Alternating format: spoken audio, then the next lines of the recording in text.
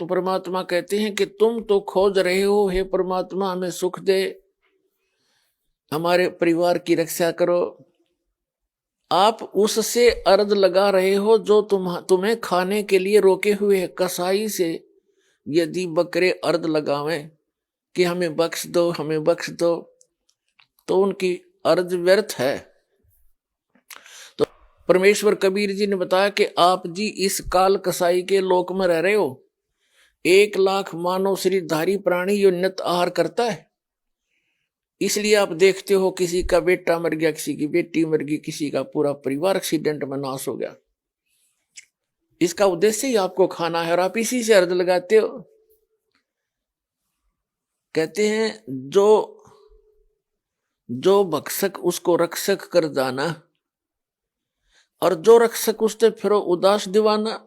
जो आपका भक्षक है, आपको खाता, तो उसको तुम रक्षक मान बैठे, ब्रह्म की पूजा करते हो। ब्रह्म इज काल, ये ब्रह्म तो काल है। और कबीर साहब इज दयाल, कबीर साहब दयाल है।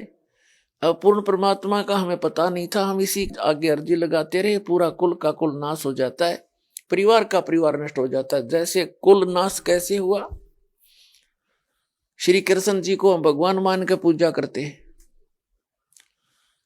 और दुर्वासा जी के श्राप से पूरा यादव कुल विनाश को प्राप्त हो गया, इंक्लूडिंग श्री कृष्ण जी।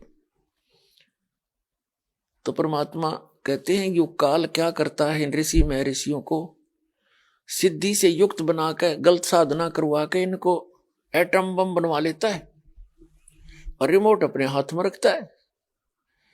जब चाहता है उसके रिमोट दबा देता है, उससे जो चाहे करवा देता। जैसे दुर्वासा ने श्राप दे दिया जरा सी बात पे,